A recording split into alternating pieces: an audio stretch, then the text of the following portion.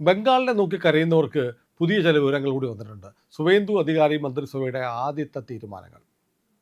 അതായത് വാങ്കുവിളി ഉണ്ടല്ലോ, അതിനി പള്ളിയുടെ മതിൽക്കെട്ടിന് പുറത്ത് കേൾക്കരുത്. ഒന്നാമത്തെ ഒരു തീരുമാനം. ഇപ്പോൾ എന്താ നമ്മളൊന്ന് ആലോചിക്കണം. പശ്ചിമ ബംഗാളിൽ 3 ലക്ഷത്തോളം മസ്ജിദുകളും മോസ്കുകളും ഉണ്ടെന്നാണ് പറയുന്നത്. നിസ്കരിക്കേണ്ട സമയമാകുമ്പോൾ ഈ എല്ലാ മസ്ജിദുകളിൽ നിന്നും കോളാമ്പി മാതൃകയിലുള്ള മൈക്കുകൾ വെച്ച് കെട്ടി, ഉച്ചഭാഷിണി വെച്ച് കെട്ടി അല്ലാഹു അക്ബർ അല്ലെങ്കിൽ അവരുടെ പ്രാർത്ഥനാ ഗീതം ഇങ്ങനെ വിളിച്ചു പറയുകയാണ്. ഒരു പള്ളി കഴിയുമ്പോൾ ഇങ്ങനെ ചെയിൻ പോലെ വന്നുകൊണ്ടിരിക്കുകയാണ്. ആളുകൾക്ക് സ്വൈര ജീവിതത്തിന് തടസ്സമുണ്ടാകുന്നു. ഈ ഒരുപാട് പള്ളികളിൽ നിന്ന് നിരന്തരം വരുന്ന, ഒരുപാട് മസ്ജിദുകളിൽ നിന്ന് നിരന്തരം വരുന്ന വാങ്കുവിളി എന്ന് പറഞ്ഞ് ഒരുപാട് കേസുകൾ രാജ്യത്തെ വിവിധ കോടതികളിൽ ഫയൽ ചെയ്തിട്ടുണ്ട്. ഒടുവിൽ സുപ്രീം കോടതി 2005 സുപ്രീം കോടതിയുടെ ഉത്തരവ് വന്നു. കോളാമ്പി മാതൃകയിലുള്ള ഉച്ചഭാഷണികൾ നിരോധിച്ചുകൊണ്ടായിരുന്നു ഉത്തരവ്. പക്ഷേ ഈ രാജ്യത്തെ നിയമം സംരക്ഷിക്കപ്പെടണം, കോടതി ഉത്തരവുകൾ നടപ്പാക്കണം, ഭരണഘടന മാനിക്കപ്പെടണം എന്നൊക്കെ പറയുന്ന ആളുകൾ സുപ്രീം കോടതിയുടെ ഈ ഉത്തരവ് ഇന്നുവരെ കണ്ടിട്ടില്ല. എല്ലാ മസ്ജിദുകളിലും എല്ലാ മോസ്കുകളിലും ഇന്നും കോളാമ്പി മാതൃകയിലുള്ള മൈക്കുകളുണ്ട്, ഉച്ചഭാഷണികളുണ്ട്. അതിങ്ങനെ അനുസ്യൂതം നിരന്തരം ഇങ്ങനെ വാങ്ക് വിളിച്ചുകൊണ്ടിരിക്കുകയാണ്. വാങ്കുവിളി മലയാളത്തിലല്ലാത്തത് കൊണ്ട് നമുക്കതിൻ്റെ അർത്ഥം അറിയില്ല. പക്ഷേ ഇപ്പോൾ ആളുകൾക്ക് സോഷ്യൽ മീഡിയയൊക്കെ വന്നതുകൊണ്ട് അതിൻ്റെ അർത്ഥം അറിയാം. അള്ളാഹു അല്ലാതെ മറ്റൊരു ദൈവമില്ല എന്ന് പറഞ്ഞാൽ ഒരു മതേതര രാജ്യത്ത്, ബഹുസ്വര രാജ്യത്ത് തങ്ങളുടെ ദൈവം മാത്രമാണ് ശരി എന്ന് വിളിച്ചു പറയുന്ന ഒരു പ്രാർത്ഥനയോ എന്തോ ആണ് ഈ വാങ്കുവിളി എന്ന പേരിൽ നിരന്തരം വന്നുകൊണ്ടിരിക്കുന്നത്. അതവരുടെ വിശ്വാസം, മറ്റുള്ളവരുടെ വിശ്വാസത്തെ ഹനിക്കുന്നതാണെങ്കിൽ പോലും നമ്മുടെ രാജ്യത്ത് അത് ചെയ്യാൻ, അത് നടത്തിക്കൊണ്ടു പോകാൻ, അത് തുടരാൻ അനുവാദം കൊടുത്തിട്ടുണ്ട്. അതങ്ങനെ നടന്നുകൊണ്ടിരിക്കുന്നത്. പക്ഷേ സുപ്രീം കോടതി എന്താ പറഞ്ഞത്? ഭരണഘടന മനുഷ്യന് നൽകിയിട്ടുള്ള അവകാശമുണ്ട്. ആ അവകാശം എന്ന് പറഞ്ഞാൽ സ്വൈര്യമായി സമാധാനത്തോടെ ജീവിക്കാനുള്ള അവകാശം, ആർട്ടിക്കിൾ 21 പ്രകാരമുള്ള അവകാശം. അതിന് നിഷേധം വരുത്തുന്നതാണ് ഈ കോളാമ്പി മാതൃകയിലുള്ള ഉച്ചഭാഷണികൾ എന്ന് സുപ്രീം കോടതി 2005 21 വർഷം മുമ്പ് വിധിച്ചതാണ്. ഇന്ന് വരെ നടപ്പാക്കിയിട്ടില്ല. യു പിയിലൊക്കെ നടപ്പാക്കി കേട്ടോ. ഇപ്പോൾ അത് ബംഗാളിൽ നടപ്പാക്കാൻ പോവുക. ബംഗാളിലെ ചില ചിത്രങ്ങൾ നിങ്ങൾ കണ്ടിട്ടുണ്ടാകും. 10,000കണക്കിന് ആളുകൾ, എല്ലാം തൊപ്പിയൊക്കെ വെച്ച് ഊശാന്താടിയൊക്കെ വെച്ച ഇന്ത്യക്കാരല്ലാത്ത ബംഗ്ലാദേശികൾ. ഇപ്പം സുവേന്ദു അധികാരിയുടെ സർക്കാർ വരുന്നതിന് തൊട്ട് മുമ്പ് BJP ജയിച്ചതിന് ശേഷമുള്ള കാഴ്ചകൾ എല്ലാ പ്രേക്ഷകരും കണ്ടിട്ടുണ്ടാവാം. കൂടും കിടക്കയൊക്കെ എടുത്ത് പോവുകയാണ്.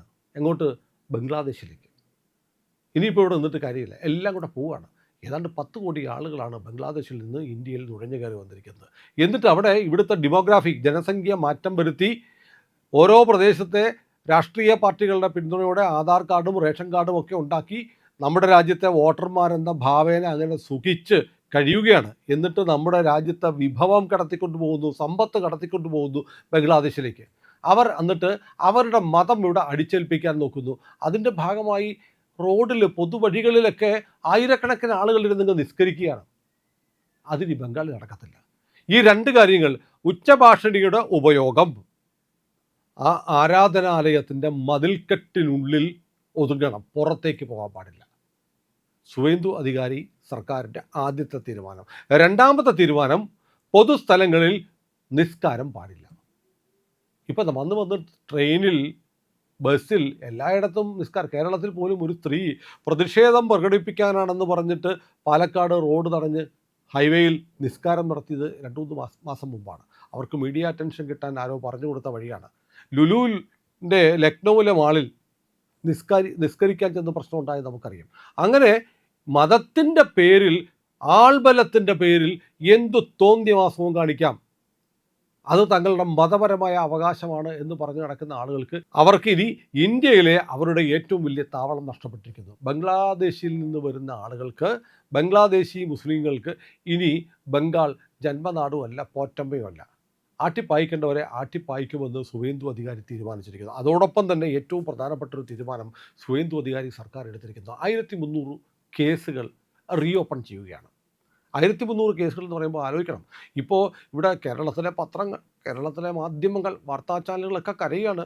ബംഗാളിൽ ഭയങ്കരാക്രമം, തൃണമൂൽ കോൺഗ്രസ്സുകാരെ തല്ലുന്നു, കൊല്ലുന്നു, ഓഫീസുകൾ കത്തിക്കുന്നു, ഓടിക്കുന്നു ആളുകളെ, മുസ്ലിം വേട്ട നടക്കുന്നു എന്നൊക്കെ പറഞ്ഞ് മാധ്യമങ്ങൾ അങ്ങനെ വാർത്ത കൊടുക്കുകയാണ്.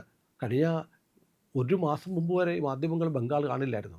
കാരണം അവിടെ കൊല്ലപ്പെടുന്നു, ആക്രമിക്കപ്പെടുന്നു ഹിന്ദുക്കളും BJP പ്രവർത്തകരും ആയതുകൊണ്ട് ആ വാർത്ത കൊടുക്കില്ലായിരുന്നു. ഏഷ്യാനെറ്റിൽ പണ്ടൊരു ഒരു ഒരു യുവതി ഏഷ്യാനെറ്റിലേക്ക് വിളിക്കുന്നു, എല്ലാവരും കേട്ടിട്ടുണ്ട്. വിളിക്കുമ്പോൾ പ്രവീണ എന്ന് പറയുന്ന ലേഖികയാണ് ഫോൺ എടുത്തത്. അല്ല, ഈ ബംഗാളിൽ നടക്കുന്ന കാര്യങ്ങളൊന്നും നിങ്ങൾ വാർത്ത കൊടുക്കാത്ത എന്താണ്? അതിന് ഞങ്ങൾക്ക് സൗകര്യപ്പെടില്ല. അതിപ്പോൾ ഇവിടെ കോവിഡൊക്കെ വന്ന് ആളുകൾ മരിച്ചുകൊണ്ടിരിക്കുകയല്ലേ, അതുകൊണ്ട് ആ വാർത്തയൊന്നും കൊടുക്കാൻ നമുക്ക് സൗകര്യപ്പെടില്ല എന്ന് പറഞ്ഞത്. അതെന്താ അങ്ങനെ? അവിടെ വല്ല സംഖ്യകളും ചത്താൽ നമുക്കെന്താ? അപ്പോൾ ചോദിക്കുന്നു, ബംഗാളിലെ ആളുകൾ ഇന്ത്യക്കാരല്ലേ? ഇല്ല, അവരെല്ലാം ബംഗ്ലാദേശികളാണ് എന്ന് പറഞ്ഞൊരു മാധ്യമ കുലോത്തമയായ ഒരു സ്ത്രീ സംസാരിക്കുന്ന ഓഡിയോ ഇപ്പോഴും പ്രചരിക്കുന്നുണ്ട്. കഴിഞ്ഞ ദിവസം ഇതുപോലെ മറ്റൊരാൾ അവിടേക്ക് വിളിച്ചു. അല്ല, ഈ ബംഗ്ലാദേശിലെ വാർത്തകൾ കൊടുക്കാതിരുന്നുകൂടെ എന്ന് ചോദിച്ചിട്ടാണ്. അതെന്താ കൊടുക്കാതിരിക്കുന്നത്? അല്ല, അവിടെ ഈ പറയുന്ന പോലെ അവിടെ നടക്കുന്ന കാര്യങ്ങൾ ഇപ്പോൾ ബംഗ്ലാദേശികളിലെ അടികൊള്ളുന്നത്, ആ വാർത്ത നിങ്ങൾക്ക് കൊടുക്കാതിരുന്നുകൂടെ എന്ന് പറഞ്ഞ ഒരു സർക്കാസം, ഒരു കോൾ വന്നതും ഇപ്പോൾ സോഷ്യൽ മീഡിയയിൽ പ്രചരിക്കുന്നത്. ഏതായാലും അവിടെ നിൽക്കട്ടെ. കഴിഞ്ഞ തവണ 2021 തെരഞ്ഞെടുപ്പ് നടന്നപ്പോൾ, തെരഞ്ഞെടുപ്പിൻ്റെ വോട്ടെടുപ്പ് കഴിഞ്ഞപ്പോൾ 58 BJP പ്രവർത്തകരെയാണ് കൊന്ന് മരങ്ങളിൽ കെട്ടിത്തൂക്കി. കേരളത്തിലൊരു മാധ്യമങ്ങൾ 58 പേരെ തെരഞ്ഞെടുപ്പുമായി ബന്ധപ്പെട്ട് കൊന്നു മരങ്ങളിൽ കെട്ടിത്തൂക്കി. 3000 പേർക്ക് പരിക്ക് പറ്റി. ഒരു വാർത്തയും ഉണ്ടായിരുന്നില്ല. അത് കഴിഞ്ഞ് 2024 പാർലമെൻറ്റ് തെരഞ്ഞെടുപ്പ്, അപ്പോഴും ഇത് തന്നെ സംഭവിച്ചു. വലിയ തോതിൽ ഹിന്ദുക്കൾ BJP പ്രവർത്തകർ ആക്രമിക്കപ്പെട്ടു. ഈ തെരഞ്ഞെടുപ്പിന് തൊട്ടു മുമ്പും കേന്ദ്രസേന ഇറങ്ങുന്നതിന് മുമ്പ് BJPയുടെ ഹിന്ദുക്കളുടെ വീടുകളിൽ ചെന്നിട്ട് പറഞ്ഞെന്താ, നിങ്ങൾ വോട്ട് ചെയ്യാൻ പോവാതിരുന്നാൽ മധുരപലഹാരം വീട്ടിൽ തരും, വോട്ട് ചെയ്യാൻ പോയാലോ എന്ന് പറഞ്ഞ് നിർത്തി ഭീഷണിപ്പെടുത്തിയിട്ട് പോകുന്നു. തെരഞ്ഞെടുപ്പിന് വോട്ടെടുപ്പ് കഴിഞ്ഞിട്ട് പല സ്ഥലത്തും തൃണമൂൽ കോൺഗ്രസിൻ്റെ ഓഫീസുകൾ കയറിയപ്പോൾ കിട്ടിയ കാര്യങ്ങൾ അറിയാമോ? വെള്ളത്തുണി, വെള്ള സാരികൾ വാങ്ങിച്ചു വെച്ചിരിക്കുന്നു. വെള്ള സാരി ആരാ ഉടുക്കുന്നത്? വിധവകൾക്ക് കൊടുക്കാൻ വേണ്ടി ഹിന്ദുക്കൾ ന്യൂനപക്ഷമായ പ്രദേശത്ത് തൃണമൂൽ കോൺഗ്രസിൻ്റെ ഓഫീസുകളിൽ വെള്ള സാരി മേടിച്ചു വെച്ചിരിക്കുന്നു. അതായത് വോട്ടെടുപ്പ് കഴിഞ്ഞ ഉടനെ ഹിന്ദുക്കളായിട്ടുള്ള ഭർത്താക്കന്മാരെ കൊല്ലും, എന്നിട്ട് സ്ത്രീകൾക്ക് വെള്ള സാരി കൊടുക്കും. പല സ്ഥലങ്ങളിലും ലോഡ്ജുകളിലും ഹോട്ടലുകളിലും വലിയ തോതിൽ മുറികൾ എടുത്തിരുന്നു. എന്തിനാണെന്നറിയാമോ? BJPക്ക് വോട്ട് ചെയ്ത കുടുംബങ്ങളിലെ പെൺകുട്ടികളെ തട്ടിക്കൊണ്ടുപോയി ബലാത്സംഗം ചെയ്യാൻ. പല സ്ഥലത്തുനിന്നും തൃണമൂലിൻ്റെ ഓഫീസുകൾ റെയ്ഡ് ചെയ്തപ്പോൾ 100 കണക്കിന് കത്തികളും വെട്ടുകത്തികളും ഒക്കെയാണ് കിട്ടിയത്. എന്തിനാണെന്നറിയാമോ? തെരഞ്ഞെടുപ്പ് കഴിഞ്ഞ ഉടനെ ഹിന്ദുക്കളെ BJP പ്രവർത്തകരെ വെട്ടിക്കൊല്ല. ഇതൊന്നും വാർത്തയല്ല, പക്ഷേ ഇതെല്ലാം സോഷ്യൽ മീഡിയയിൽ വരുന്നുണ്ട്. സോഷ്യൽ മീഡിയയിലൂടെ ആളുകൾ അറിയുന്നുണ്ട്. വടക്കേ ഇന്ത്യൻ മാധ്യമങ്ങൾ കാണിക്കുന്നുണ്ട്, ദേശീയ മാധ്യമങ്ങൾ കാണിക്കുന്നുണ്ട്. കേരളത്തിൽ ഇതൊന്നും കാണിക്കില്ല. അങ്ങനെ 2021 2024 BJP പ്രവർത്തകരെ, ഹിന്ദുക്കളെ ആക്രമിക്കുകയും കൊല്ലുകയും ചെയ്ത എല്ലാ കേസുകളും 1300 കേസുകളുണ്ട്. റീഓപ്പൺ ചെയ്യാൻ തീരുമാനിച്ചിരിക്കുന്നു. വിടില്ല, കണക്ക് തീർക്കാനുള്ളതാണ് എന്ന് ബംഗാളിലെ BJPയും ബംഗാളിൻ്റെ മുഖ്യമന്ത്രിയും തീരുമാനിച്ചിരിക്കുന്നു. വളരെ നിർണായകമായ തീരുമാനമാണ്. ആ തീരുമാനം കേരളത്തിലെ പത്രങ്ങൾ റിപ്പോർട്ട് ചെയ്യുന്നില്ല. അങ്ങനെ ഈ വഴിയിൽ പ്രാർത്ഥന പാടില്ല, വോയിസ് പൊല്യൂഷൻ അവസാനിപ്പിക്കാനുള്ള നടപടിയുടെ ഭാഗമായി ആർട്ടിക്കിൾ 21 സുപ്രീം കോടതിയുടെ വിധിയും നടപ്പാക്കുന്നതിൻ്റെ ഭാഗമായി മോസ്കുകളിലെ ഉച്ചഭാഷണികൾ, കോളാമ്പി മൈക്കുകളുടെ പ്രവർത്തനം അവസാനിപ്പിക്കുകയാണ്. ഇത് രണ്ടും വളരെ പ്രധാനപ്പെട്ട കാര്യം. പിന്നെ സ്ത്രീകൾക്ക് സൗജന്യ യാത്ര, കേന്ദ്ര പദ്ധതികൾ, ആയുഷ്മാൻ ഭാരത് അടക്കമുള്ള പദ്ധതിയൊന്നും ബംഗാളിൽ നടപ്പാക്കുന്നില്ല. അതെല്ലാം കേരളത്തിൽ നടപ്പാക്കുന്നില്ലായിരുന്നല്ലോ, എല്ലാം ബംഗാളിൽ നടപ്പാക്കാൻ പോവുക. അങ്ങനെ വലിയ ഗുണപരമായ മാറ്റങ്ങൾ ബംഗാളിലേക്ക് വരുന്നു. ആദ്യ ദിവസം തന്നെ ബംഗാൾ ജനതയ്ക്ക് ആത്മവിശ്വാസം കൊടുക്കുന്ന, അവരുടെ സഹനത്തിൻ്റെ മുറിപ്പാടുകളെ ഉണക്കാനുള്ള തീരുമാനങ്ങൾ സുവേന്ദു അധികാരി എടുക്കുന്നു എന്നതാണ് ഏറ്റവും പുതിയ വാർത്ത. ഇപ്പോൾ നമ്മൾ ആലോചിക്കേണ്ട ഒരു കാര്യം, ഇതിപ്പോൾ ഏതെങ്കിലും ഒരു മതത്തിനെതിരെ നമ്മൾ പറയുന്നതല്ല. ഈ പറയുന്നത് ഈ മസ്ജിദും ആയിട്ടുള്ള ബന്ധപ്പെട്ട കാര്യങ്ങൾ ഒന്ന് ആലോചിച്ച് നോക്കൂ. നമ്മുടെ ഒരു പ്രദേശത്ത് 4 മോസ്കുകളുണ്ടെന്നിരിക്കട്ടെ, 4ഇടത്തു നിന്നും ബാങ്ക് വിളി വന്നാൽ ആ പ്രദേശത്തെ ആളുകൾക്ക് ദിവസം ഒരു തവണയല്ലല്ലോ ഉണ്ടാകുന്ന ബുദ്ധിമുട്ടുകളെക്കുറിച്ച് ഒരു മാനവിക നിലപാട് വെച്ച് ആലോചിക്കണ്ടേ? 4 പള്ളികളുടെ ഒരിടത്തുനിന്ന് ബാങ്ക് വിളിച്ചാൽ പോരെ? എന്തെങ്കിലും തീരുമാനിക്കണം. സുപ്രീം കോടതി വിധി നടപ്പാക്കണം, സുപ്രീം കോടതിയെ അംഗീകരിക്കണം, ഭരണഘടനയെ അംഗീകരിക്കണം എന്ന് പറയുന്ന നിങ്ങൾക്ക് എന്തുകൊണ്ടാണ് ആർട്ടിക്കിൾ 221 അനുസരിച്ച് എല്ലാവർക്കും സ്വൈരമായി ജീവിക്കാനുള്ള അവകാശമുണ്ട് എന്നത് അംഗീകരിക്കാൻ കഴിയാത്തത്? കോളാമ്പി മാതൃകയിലുള്ള മൈക്കുകൾ ഉപയോഗിക്കരുത് എന്നുള്ള സുപ്രീം കോടതി വിധി നടപ്പാക്കാൻ തയ്യാറാവാത്തത് എന്തുകൊണ്ടാണ്? സമ്മതിക്കാത്ത എന്തുകൊണ്ടാണ്? ഞങ്ങൾ നിയമം അംഗീകരിക്കുന്നു, കോളാമ്പി മാതൃകയിൽ മൈക്കുകൾ വേണ്ട എന്നു പറഞ്ഞ് അഴിച്ചു മാറ്റാൻ എന്തുകൊണ്ടാണ് പ്രിയപ്പെട്ട സഹോദരങ്ങളെ നിങ്ങൾക്ക് കഴിയാത്തത്? ഇത് വളരെ പ്രധാനപ്പെട്ട കാര്യമല്ലേ?